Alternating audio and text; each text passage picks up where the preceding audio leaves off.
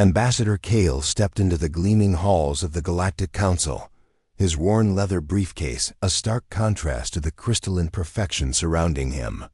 The other delegates barely acknowledged his presence, a pattern he had grown accustomed to over the past 3 years. To them, humanity was still the newest member, the primitive species that had stumbled into faster-than-light travel through what most considered dumb luck.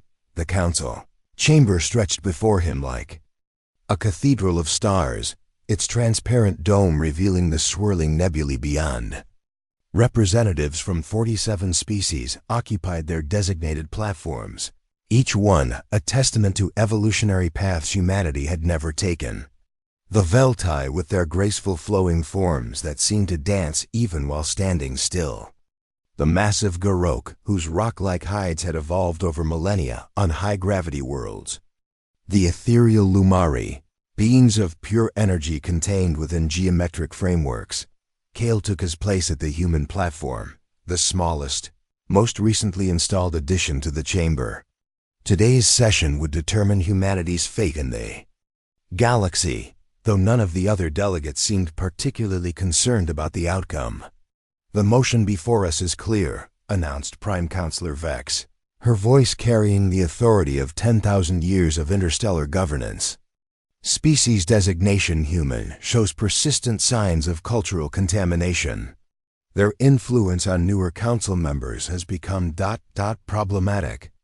A holographic display materialized in the chamber's center, showing footage from various human colonies. Children of different species playing together, their natural boundaries dissolved in laughter.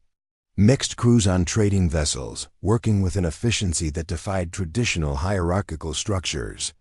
Art galleries where human creativity had begun inspiring entirely new forms of expression among species that had considered their aesthetic development complete centuries ago. "The evidence is undeniable," continued Counselor Vex. "Where humans establish communities, cultural stability deteriorates. Ancient traditions are questioned. Established social orders become flexible." Kale watched the faces around him, some concerned, others openly hostile. He had expected this day would come. Humanity's crime wasn't violence or conquest. It was something far more dangerous to the established order. They were catalysts of change in a galaxy that prized stability above all else. "Ambassador Kale," Vex's attention turned to him like a spotlight. "Your species has been granted the opportunity to present its defense. The Council will then vote on whether humanity should be contained to its home system or allowed to maintain its current colonial status contained." Such a polite word for imprisonment. Kale stood, feeling the weight of 8 billion human lives pressing down on his shoulders. He thought of his daughter Lisa, now living on the frontier world of Haven's Gate, where she taught human history to young Veltai, who had never heard stories of beings who chose cooperation over conquest.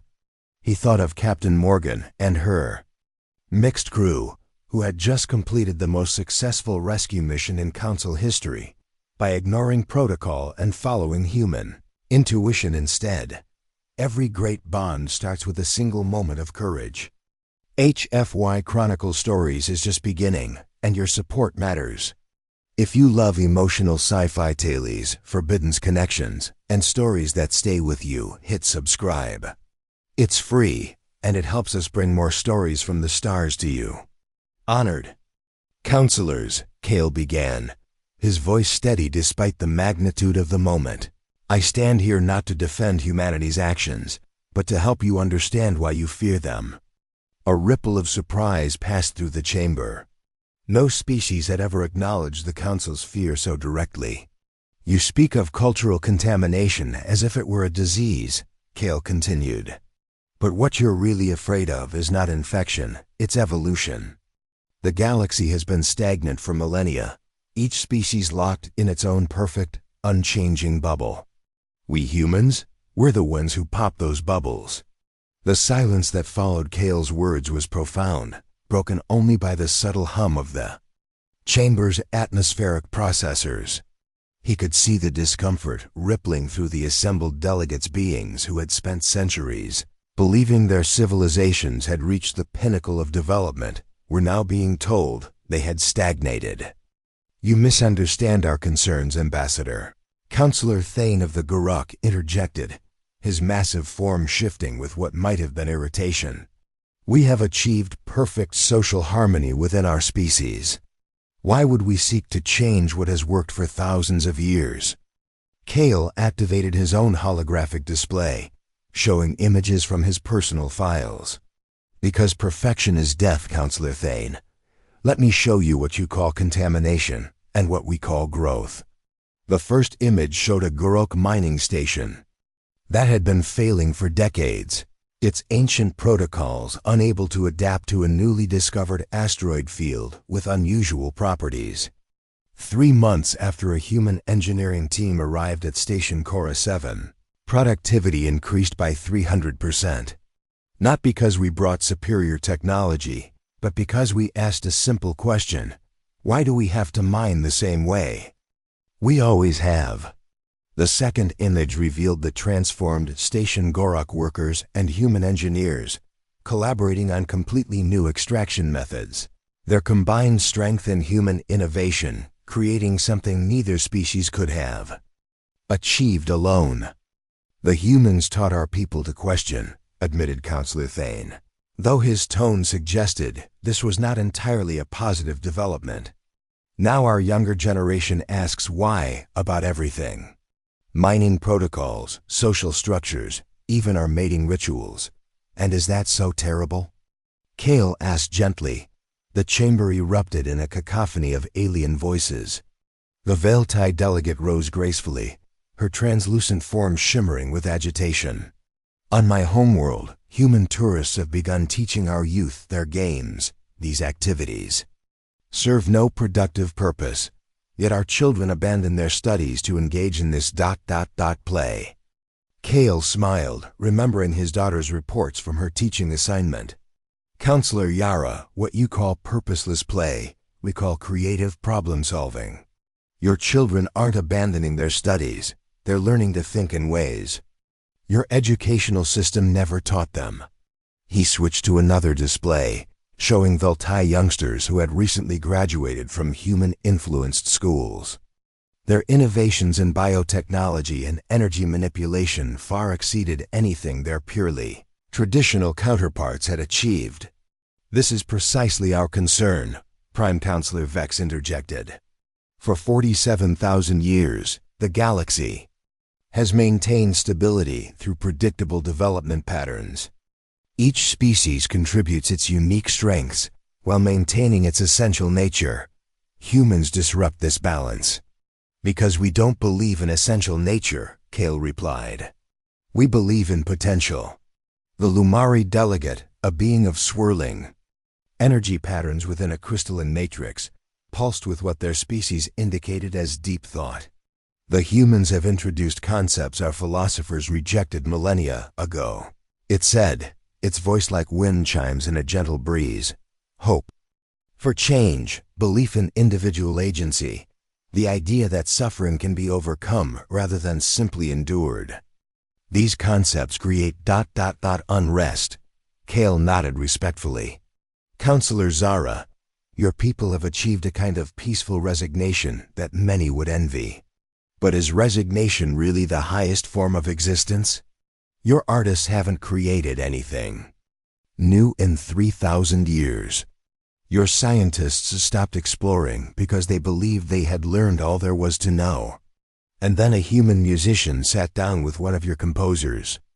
The display showed a concert hall where Lumari and human musicians performed together, their combined artistry creating harmonies that neither species had imagined possible. The audience members of dozens of different species watched in wonder, as barriers between their cultures dissolved in the universal language of music.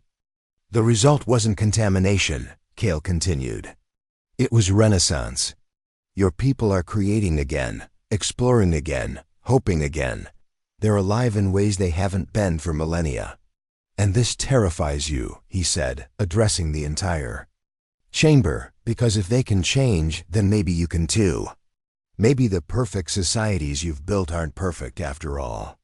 Maybe there's still growth ahead of you, still discoveries to be made, still ways to become more than what you are. The council chamber had grown unusually quiet, the kind of silence that comes when uncomfortable truths settle into the space between speakers. Kale could see the conflict playing out across alien faces, the struggle between fear of change and the deep, almost forgotten hunger for growth that existed in every sentient species. Counselor Vex leaned forward, her ancient features creased with what humans might recognize as worry. Ambassador Kale, you speak of growth and potential as if they are inherently positive. But consider the chaos that follows in humanity's wake. On Kepler Station, traditional family structures are dissolving. On New Thessaly, the worker caste system that has maintained social order for 8 centuries is crumbling. How do you answer for this disruption? Kale had prepared for this question, though the answer still carried personal weight. Counselor Vex, I'd like to tell you about someone named Tom. He was born into the worker caste on New Thessaly, genetically modified for heavy labor, his entire life predetermined before his first breath.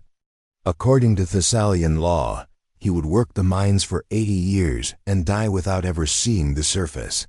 The display showed a young Thessalian, his massive frame clearly designed for industrial work, but his eyes bright with unmistakable intelligence. Tom learned to read by trading food rations for lessons with a human teacher who believed that potential shouldn't be limited by birth. Last month, he published a paper on quantum crystallography that revolutionized mining technology across 3 sectors. He now leads a research team of both humans and Thessalians, working on projects that benefit everyone. You destroyed a stable system, protested the Thessalian delegate, his bioluminescent patches flickering with distress. Our society functioned perfectly for 1,000 years. Now we have chaos workers refusing their assignments, genetic castes intermarrying, children questioning their predetermined roles. You had stagnation disguised as stability, Kale replied firmly. How many Toms died in your minds without ever having the chance to contribute their brilliance to the galaxy? How many solutions to universal problems were buried because someone decided that genetics determined destiny? The human ambassador moved to the center of the chamber, closer to the assembled delegates. Every species here has achieved something remarkable. The Vultai mastered biological harmony. The Goruk conquered the challenge of extreme environments. The Lumari transcended physical limitations. The Thessalians created perfect resource management. These are incredible accomplishments. He paused, meeting the eyes of delegates around the circle. But you stopped there. You achieved one great thing and decided it was enough. You built walls around your accomplishments and called them cultures. What you fear about humanity isn't that we're superior, it's that we never stop trying to become better. A new voice entered the discussion, Counselor Rex of the younger Draconi species, whose people had only joined the council 2 centuries ago. The humans have established cultural exchange programs with our people. Our youth are learning human concepts of individual achievement alongside our traditional pack loyalty principles. The result is unprecedented cooperation between our normally competitive clans. Another example of contamination, muttered Counselor Thane. No, Rex replied, his scaled features showing conviction. An example of evolution. My people were trapped in endless cycles of interclan warfare. We were strong individually, but weak collectively. The humans didn't change our nature. They showed us how to build on it. Kale seized the moment. This is what you truly fear, not that will conquer you or replace you, but that will inspire you to grow beyond the limitations you've accepted as permanent. Every species in this chamber has the potential for greatness that you've barely tapped. The chamber's atmospheric system seemed to hold their breath as delegates processed this challenge to their fundamental worldview. But what of tradition? Asked Counselor Yara of the Veltai. What of the wisdom of ages? If everything is changeable, if nothing is permanent, then what anchor do we have? Kale's expression soft with understanding. Tradition isn't the enemy of growth. Counselor Yara, the best of human traditions, our commitment to protecting the innocent, our belief in the worth of every individual, our drive to explore and discover, these guide our changes. They don't prevent them. We don't abandon everything old when we create something new. We build on the foundation of what came before. He gestured to the chamber itself. This council represents the greatest tradition in galactic history, different species, working together for mutual benefit. But it's become a tradition that preserves rather than progresses. What if it could be both? What if respecting the past could coexist with building the future? The question hung in the air like a challenge to the very foundations of galactic civilization. For the first time in millennia, the Council faced a fundamental choice about its own evolution. The weight of that realization was visible in every delegate's posture, from the slight tremor in Counselor Vex's ancient hands to the nervous energy patterns flickering through Counselor Zara's crystalline form. You ask us to abandon everything. That has brought us to this point, said Counselor Mira of the Centauri Collective, her voice carrying the harmony of her hive mind species.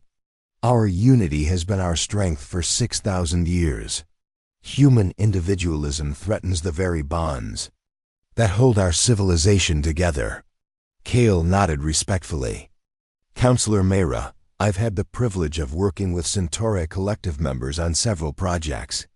Your unity is indeed remarkable, but what happens when that unity faces a problem it can't solve through consensus?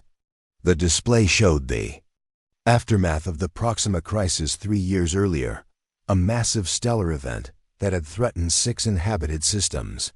Traditional collective decision-making protocols had deadlocked for crucial hours while the disaster unfolded. Human advisor Jake was embedded with your crisis response unit, Kale continued. When consensus couldn't be reached, he didn't try to impose individual decision-making on your people. Instead, he helped you develop rapid consensus protocols that maintained your unity while allowing for emergency action. The result saved millions of lives. He contaminated our purity, Counselor Mira replied, though her tone lacked conviction. He helped you become more yourselves, not less, Kale countered. You're still unified, still collective in your thinking, but now you're also adaptive. The Centauri Collective that saved those systems was more capable than the one that nearly lost them to indecision. Counselor Rex stepped forward, his draconic features showing the internal struggle many delegates were experiencing. I have seen both sides of this change. Yes, our traditional ways are being questioned. Yes, our youth are different from their elders, but they are not worse, they are enhanced. They carry our strength and pride alongside new abilities to cooperate and innovate. And what of species loyalty? Demanded Counselor Thane. What happens when these mixed communities develop allegiances that transcend their original cultures? What happens to the Gurok identity when our people begin to think of themselves as galactic citizens first? The question struck at the heart of the Council's deepest fear, not just change, but the dissolution of everything that made each species unique. Kale's response was gentle but firm. Counselor Thane, my daughter lives on a frontier world where Gurok and human children grow up together. The young Gurok don't lose their strength or their connection to stone and earth. They gain flexibility and imagination. The human children don't lose their curiosity and adaptability. They gain the patience and endurance that defines your people. They become more than either species could be alone. But they are no longer purely human or purely Gurok, Counselor Vex observed. No. Kale agreed. There's something new. Something better. The chamber erupted in voices, some angry, some thoughtful, all grappling with concepts that challenged tens of thousands of years of cultural evolution. Through the chaos, a new voice emerged, quiet, but carrying unexpected authority. Counselor, Aya of the Seekers, the most mysterious species in the council, rarely spoke in sessions. When they did, others listened. I have observed humanity for the full duration of their membership, Aya said, their form shifting between visible and translucent. At first, I too believed they were a contamination, a chaotic element that would destroy the order we had achieved. But I have come to understand something else. The chamber fell silent. We are dying, Aya continued. Not our bodies, not our technologies, but our spirits. We have achieved stability by sacrificing growth, peace by abandoning dreams, perfection by refusing to attempt anything that might fail. We are the greatest civilizations in galactic history, and we are slowly suffocating on our own success. Kale felt his heart racing. An unexpected ally had emerged from the most unlikely source. The humans are not destroying us, Aya concluded. They are trying to save us from ourselves. The words of Counselor Aya reverberated through the chamber. Like a stone dropped into still water, each ripple carrying implications that reach the deepest foundations of galactic civilization. For a long moment, no one spoke. Ancient beings grappling with the possibility that their greatest fear might actually be their salvation. Prime Counselor Vex's voice, when it finally came, carried the weight of ages. If what you suggest is true, Counselor Aya, then we face a choice that will define the next epoch of galactic history. Do we preserve what we have built, or do we risk it all for the possibility of something greater? Kale stepped forward one final time, knowing that everything humanity had achieved and everything they hoped to become hung on this moment. Honored counselors, I don't ask you to abandon your achievements or forget your histories. I ask you to remember what you were before you became content with what you had accomplished. The display behind him shifted to show ancient records from each species. Early development, Viltai explorers pushing beyond their home system for the first time. Gorok engineers attempting impossible construction projects. Lumari philosophers questioning the nature of existence itself. Thessalians defying their harsh environment to build cities. Centauri individuals choosing to merge their consciousness for the greater good. Every species in this chamber was once young, curious, willing to fail in pursuit of something better. You were all once like humanity is now restless, questioning, pushing boundaries. That's how you became great in the first place. But we learned wisdom, protested Counselor Thane. We learned that not all change is beneficial, that stability has value, that some boundaries exist for good reasons. And those lessons are valuable, Kale acknowledged. That's exactly why the galaxy needs both perspectives, your wisdom and our restlessness, your experience and our hope, your accomplishments and our dreams. The question isn't whether humanity will change you. We will. The question is whether that change will be guided by wisdom or driven by fear. Counselor Rex of the Draconi stepped closer to the center of the chamber. My people have a saying, the river that never changes course becomes a lake, and the lake that never flows becomes a swamp. Perhaps it is time for the galaxy to remember how to flow again. But controlled flow, added Counselor Mira of the Va Centauri Collective. If we are to accept this path, it must be undertaken with the wisdom of ages, not the recklessness of youth. Kale's heart soared as he heard the shift in language from if to how. Counselor Yara of the Veltai was next to speak.